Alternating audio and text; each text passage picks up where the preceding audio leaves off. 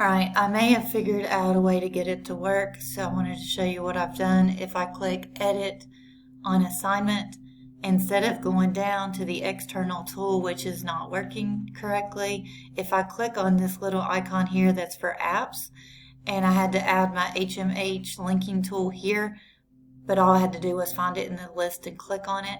But once I did that, it's working in this area. I don't know why it's not working on the other area. So if I click on Math on the Spot, this is a video.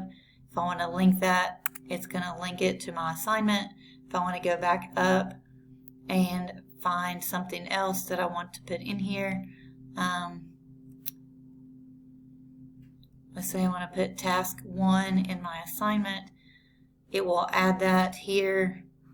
And then if I go down and hit save, when I click on this now, it does take me to that video.